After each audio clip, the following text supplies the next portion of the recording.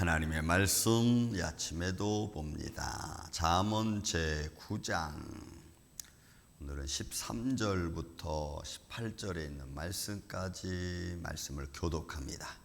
13절부터 미련한 여인이 떠들며 어리석어서 아무것도 알지 못하고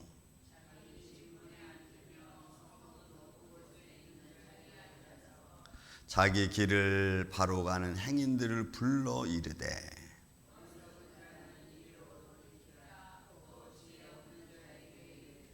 도둑질한 물이 달고 몰래 먹는 떡이 맛이 있다 하는도다.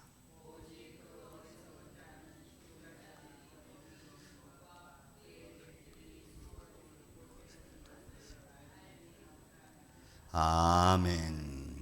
자, 오늘은 어리석은 자에 관한 말씀입니다. 그리고 미련한 자에 관한 말씀이기도 합니다. 그래서 그들은 무엇을 알지 못하는가? 미련한 자들은 무엇을 알지 못하고 어리석은 자들은 무엇을 알지 못하는가는 맨 마지막 18절에 이제 결론으로 나와 있고, 자, 그러면 미련한 자, 어리석은 자의 삶을 잠깐 보겠습니다. 여기서 미련한 여인, 또 어리석어서 아무것도 알지 못하는 자, 이 미련하고 어리석다는 단어는 여기서 딱 한 번씩 구약에서 잠언에 딱 한 번씩밖에 등장하지 않는 단어들입니다. 그래서 캐실루트라고 하는 미련하지라는 것은 그냥 어리석은 건데 근원을 알 수 없는 단어이기 때문에 이게 어디서 어떻게 유래가 돼서 이 단어를 썼는지는 저도 잘 모릅니다.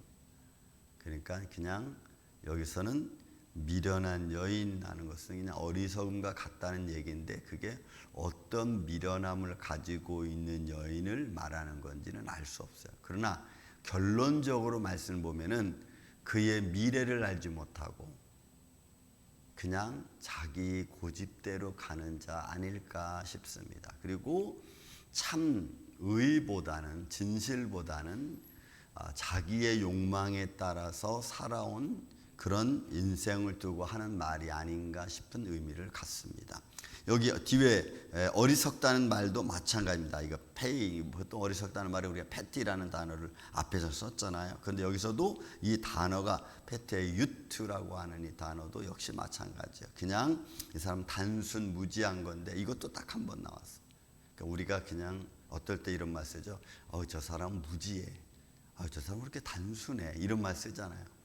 근데 그 의미가 있죠. 그렇게 쓸 때는. 근데 이것도 역시 구약에 딱 한 번밖에 쓰지 않는 단어. 그래서 뭘 두고 단순 어리석다고 말했는지는 잘 몰라요. 그냥 이 미련하다는 단어나 또는 루트라고 하는 이 단어나 이 어리석은 단어 자체가 근거가 사실은 잘 몰라요. 그러나 분명한 것 중에 하나는 그들의 마지막 때 어떻게 될지를 판단하지 못한다는 것에 일단 근거를 두고 있는 것을 우리가 볼 수가 있습니다. 자, 그들이 떠듭니다. 하마라 으르렁거리는 겁니다. 투덜대는 겁니다. 그러니까 이 어리석은 자, 미련한 자들은 자기의 삶이 어떻게 될지도 모르는 가운데 투덜대고 으르렁거리고 싸우는 걸 말해요. 여러분, 우리가 조금만 지혜로워도 내가 이렇게 하면 안 되겠다라고 알잖아요. 보통 사람들은. 그죠? 그리고 이거는 이치에 안 맞는 말이야. 이 상황에서 왜 그러면 이런 것들은 우리가 분별하잖아요. 근데 여기서 말하는 미련한 여인과 어리석은 자는 아마 이런 것 저런 것 생각하지 않고 그냥 그 순간순간 자기 감정대로 움직이는 아마 그런 모습을 두고 하고 있지 않나 싶습니다. 자, 이들은 뭐라고 얘기를 하냐면 14절부터 17절까지 뭐라고 얘기하냐면 이들이 하는 말이 자기 집에 앉으며 성읍 높은 곳에 있는 데를 앉아서 이 앉으면은 거주하는 거예요. 그러니까 이 거주하고 자리에 앉는다는 의미인데 이건 무슨 의미를 가지고 있냐면 집에서 나오지 않는, 그러니까 자기 애에 가득 차 있고 그리고 자기를 오픈하지 않는 그런 어떤 의미를 가지고 있어요. 그러니까 집에 거주하니까 다른 사람과의 만남도 별로 생각하지 않고, 그러니까 독단적으로 행동하는 거죠. 자기 중심적으로 하는 이런 모습은 자기 집에 앉으며 사업을 해서 거주하는 거예요. 나가지 않는 거예요. 그리고 성읍 높은 곳에 있는 자리에 앉으며, 이 성읍 높은 곳은 원래는 좋은 자리잖아요. 근데 이건 교만을 말하기도 하는 거예요. 그러니까 자기 집에 앉아서 거주하면서 스스로를 어떻게 해요? 교만하게 생각하는 거예요. 그러니 여러분, 우리가 생각해 보세요. 집에 나가지도 않고 거주 않고 자기 중심적으로 생각하고, 그리고 그것도 교만하게 막 말을 해버리면 사람들은 저 사람 왜 저래? 좀 나가서 좀 뭘 하든지, 뭐 어떤 이런저런 말 나오잖아. 좀 부정적인 말들이. 지금 상황이 그런 거예요. 여기 나와 있는 이 미련한 여인 또는 어리석은 자는 그런 의미를 가지고 있는 겁니다. 자, 그런 사람들이 앉아서 뭘 말하냐면 자기 길을 바로 가는 행인들을 불러 이르되, 그러니까 이 사람들은 마땅히 자기 일들 해가는 사람이니까 올바로 가는 길을, 그죠? 그런 사람들 불러 뭐라고 말하냐면 이렇게 말하는 거야. 자, 어리석은 자는 이리로 돌이키라. 또 지혜 없는 자도 이리로 오라. 여기서 파티 어리석은 자, 앞에 나와 있는 어리석은 단어하고 좀 다른 의미를 가지고 있어요. 이거는 단순무지한, 그러니까 자기 길을 가는 사람들을 가리켜서 야, 그 갈 필요 있냐 굳이. 자기는 집에 앉아서 자기 교만과 자기에 빠져 있는 사람들이 마땅히 하고 일을 하고 있는 사람들에게 왜 굳이 그렇게 해? 글로 갈 필요 없어. 그 갈 필요 없어. 이러는 거죠. 그러니까 열심히 자기 일하고 있는 사람들 그런 말하면은 저 사람 뭐야? 왜 이런 말을 해? 이렇게 되잖아요. 그러니까 자기 생각에 사로잡혀 있는 사람. 그러니까 마땅히 해야 될 일을 자기 나름대로 생각하는 거죠. 수고하고 애쓰고 힘쓰는 사람들의 노고를 생각지 않는 거예요. 근데 여러분, 우리는 이런 분들을 가끔 만납니다. 자기 생각에만 사로잡혀서 자기가 말하는 것이 마치 옳은 것처럼 말해버리면 다른 사람이 행한 일들을 덕을 끼치지 못하는 거예요. 그래서 우리는 자기 애에 사로잡혀 있는 내 모습을 내가 좀 볼 수 있는 마음을 가져야 돼요. 그리고 다른 사람들이 수고한 그 수고를 값지게 생각할 줄 아는 마음이 여러분 필요합니다. 그분의 어린아이가 됐든 어른이 됐든 청년이 됐든 우리는 칭찬할 수 있는 마음을 갖는 게 여러분 너무너무 중요해요. 부정적으로 말하는 게 아니고 칭찬하는 마음을 갖는 거. 그런 마음으로 말하고 그런 생각으로 우리가 같이 관계심을 가질 때 그러면 무리가 별로 없습니다. 그러나 그렇지 않고 자기 중심적이고 자기 생각에 사로잡혀 있고 자기 생각이 옳은 것 같은 이런 미련한 그리고 높은 성읍에 앉아서 자기만 생각하는 그런 생각으로 우리가 이야기하고 대화하면은 그러면 어느 곳에서도 대화할 수 없다는 거예요. 그들은 말이죠. 그러니까 바르게 행동하고 바르게 하는 사람들 그리 가지 말라. 그리고 이리로 오라. 자기의 이리로 오라. 그러면서 말하는 것이 뭐예요? 도둑질한 물이 달다. 그러니까 정상적이지 않은 거죠. 이건 비정상적인 것을 정상적인 것처럼 말하는 거예요. 도둑질한 물이 달죠. 왜? 수고하지 않고 얻은 거니까. 내가 수고하지 않고. 그러니까 성경은 하나님의 축복을 여러 가지로 표현합니다. 그 여러 가지로 표현하는 것 중에 우리가 이거 있어요. 내가 수고하지 않고 복을 얻을 수 있는 것이 가장 아름다운 거예요. 여러분, 우리가 하나님 앞에 나가서 시편의 기자 보면은 죄의 가리움을 받고 죄의 용서함을 받은 자가 축복인 줄로 믿습니다. 수고하지 않고 얻는 자가 여러분 축복이에요. 그런데 세상에 수고하지 않고 얻는 축복이 얼마나 되겠어요? 여러분, 그거는 많지 않아요. 그런데 성경은 정말 축복은 수고하지 않고 얻는 것을 비유하면서 죄의 가리움을 받은 자가 복이 있다 그러니 여러분 그 안에는 믿음이라는 것밖에는 용납될 게 없잖아요. 그러니까 우리의 인생이 절대로 그냥 되어지진 않아요. 내가 하나님을 의지하는 절절한 마음 안에서, 그렇죠? 하나님을 의지하는 절절한 마음 안에서 하나님이 주시는 형통함의 복이 있어요. 형통함의 복. 그건 믿음의 절절함이 있어야지 가능한 거예요. 사람도 수고하고 애쓸 때 결과가 나타나는 거예요. 근데 여기서 도둑질한 물이 달다. 이거 내가 수고하지 않고 얻으려고 하는 거죠. 또 말합니다. 몰래 먹는 떡이 맛이 있다.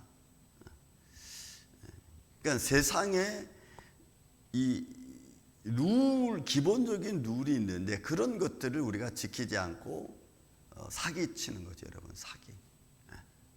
돈을 쉽게 벌 수 있는 방법이 뭐 있을까? 요즘 제가 MZ 세대 젊은 애들하고 가끔 우리 아이들하고 이야기하면서 아빠 누가 굳이 그렇게 해? 이렇게 말을 해요.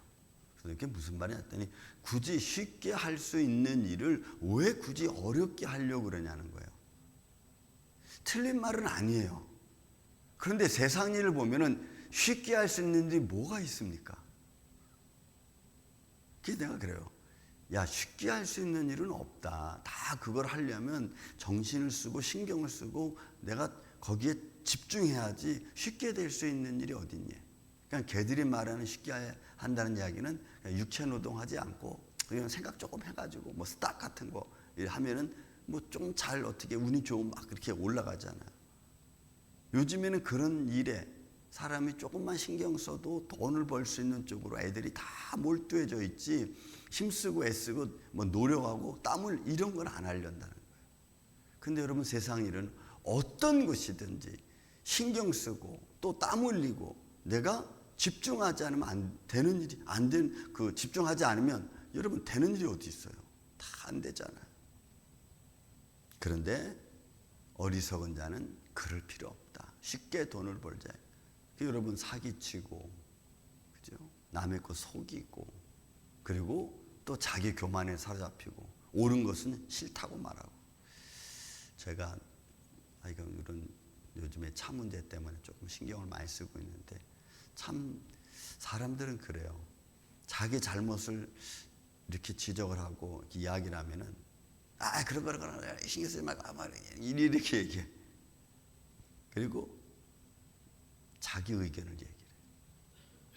여러분 우리는 좋은 말이든 싫은 말이든 이치에 맞는 말이든 이치에 맞지 않는 말이든 일단은 잘 듣고 거기에 대해서 대화하는 게 여러분 정말 좋습니다. 그래서 이치 안 맞는 말은 이건 이치 안 맞는 거구나. 이 상황은 내가 좀 너무 도를 지나치게 얘기했구나 라는 것을 우리가 이렇게 사리 분별해서 이야기하죠. 여러분 신앙이 절대로 무조건적 되는 건 아니에요. 여러분 믿음으로 한다는 것이 무대뽀로 하는 게 여러분 물론 무대뽀로 해야 될 상황이 있어요. 제가 우리 손 목사님과 가끔 대화할 때 그런 걸 제가 느껴요. 이분은 내가 따라갈 수 없는 마음을 갖고 있구나. 근데 그 따라갈 수 없는 마음은 학식하고는 전혀 상관이 없어요. 배움하고도 상관없어요. 뭐에 상관이 있느냐? 믿는 마음에 상관이 있어. 내가 믿는 정도하고 손 목사님 믿는 정도가 달라. 그건 그냥 믿음의 정석인 거예요. 이거는 내가 학식을 갖고 배움을 갖고 따져서 믿는 믿음이냐 아니면 그냥 그분은 그냥 믿는 믿음이냐. 그 믿음의 정도 차이예요. 그런 것은 배움으로 되는 건 아닌 것 같아. 마음의 자세 정도 어떤 상황을 대처하는 것 이런 거죠. 근데 우리는 그런 것들을 조금 이렇게 이런 말을 무지한 믿음, 무대뽀 믿음 이런 식으로 말하잖아요. 근데 그건 그렇게 말할 것은 아니에요. 그 믿음은 무대뽀 믿음이 아니고 가치를 측정할 수 없는 믿음이에요. 저는 그런 걸 많이 느껴요. 손 목사님하고 대화할 때, 살아가는 때 그런 걸 제가 많이 느껴요. 이 믿음은 이거는 내가 어떻게 할 수 있는 믿음이 아니다. 내 위치에서는 생각하지 못하는 믿음이다. 그러니까 그렇게 되면은 여러분 달라 그거는 학식하고는 전혀 상관없어요. 그런데 사기치는 사람들은 그렇지 않죠. 자기 욕망의 근거를 두고 있는 거니까. 자, 여러분 결론으로 이렇게 말합니다. 그 앞에 13절에 말하면 미련한 여인이 떠드는 것 어리석어서 아무것도 모르는 사람들의 그 결말이 18절입니다. 오직 그 어리석은 자는 죽은 자들이 거기 있는 것과 그 객들이 스올 깊은 곳, 여기 스올 깊은 곳은 아메크라는 것은 깊이를 알 수 없는 구덩이를 말해요. 이걸 우리는 스올이라고 하죠. 마지막 무전갱이라고 이야기도 하고 깊이를 알 수 없는 그곳에 들어간다는 것을 깨닫지 못하는 거예요. 결국 미련한 자는 뭐예요? 내가 어느 곳에 갈지를 모르는 거예요. 내가 깊은 웅덩이, 끝이 없는 깊은 웅덩이에 빠져서 내가 영원히 살아간다는 걸 깨닫지 못하는 거예요. 그래 우리는 그런 사람들을 미련하다고 말합니다. 그러니까 성경은 전체적으로 뭘 말하느냐? 생명을 모르는 자를 미련한 자라고 이야기합니다. 영원히 살아계신 하나님의 영광, 그 하나님을 믿지 않는 것을 우리는 성경적으로 보면 그 사람을 미련하고 어리석은 자로 보는 거예요. 그러면 저와 여러분은 어떻습니까? 끝이 없는 구덩이, 영원한 그 깊은 웅덩이에 빠져서 허덕이는 그런 인생의 길을 갈 거냐, 아니면 매 순간순간 나를 말씀으로 붙들어서 그런 곳에서 내가 하나님의 영광을 바라보며 갈 거냐. 근데 여러분, 우리는 티끌모아 태산이라는 말이 있습니다. 매 순간순간 부정적인 모습으로 가다 보면 나도 모르게 그게 음부로 가는 길인 것을 모를 때가 있어요.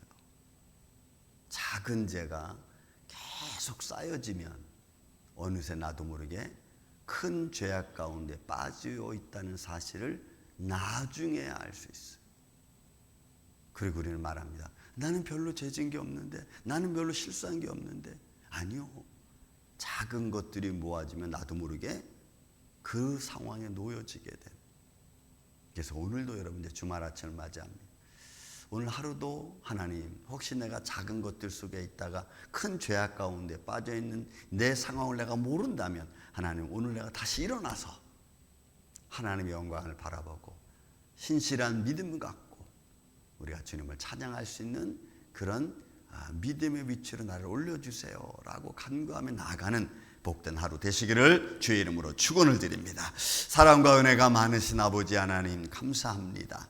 우리는 미래는 알 수 없지만 그러나 성경은 우리에게 말씀해 주고 있습니다. 어리석은 자, 미련한 자가 결국 가는 길은 끝없이 깊은 웅덩이의 멸망의 길임을, 그래서 오늘도 우리가 생명 되신 주님을 바라보고 생명 되신 말씀으로 힘을 삼아서 그 안에 우리가 거하기를 원합니다. 주님, 주님의 몸된 교회, 사랑하는 성도들, 가정, 어린 아이들의 마음까지 오늘도 주님이 주관하여 주셔서 거룩한 주일을 믿음으로 준비하는 데 부족함이 없고, 또한 그 안에서 영생하는 그런 믿음의 삶을 살 수 있는 축복된 인생 되게 하여 주옵소서. 주님 감사합니다. 오늘 하루도 이렇게 주의 장중 안에 붙들어 주시고 믿음으로 모이는 가정, 선함으로 모이는 가정 모든 식구들에게 하나님의 큰 역사하심이 함께하여 주시옵소서. 예수님의 이름으로 기도하옵나이다. 아멘.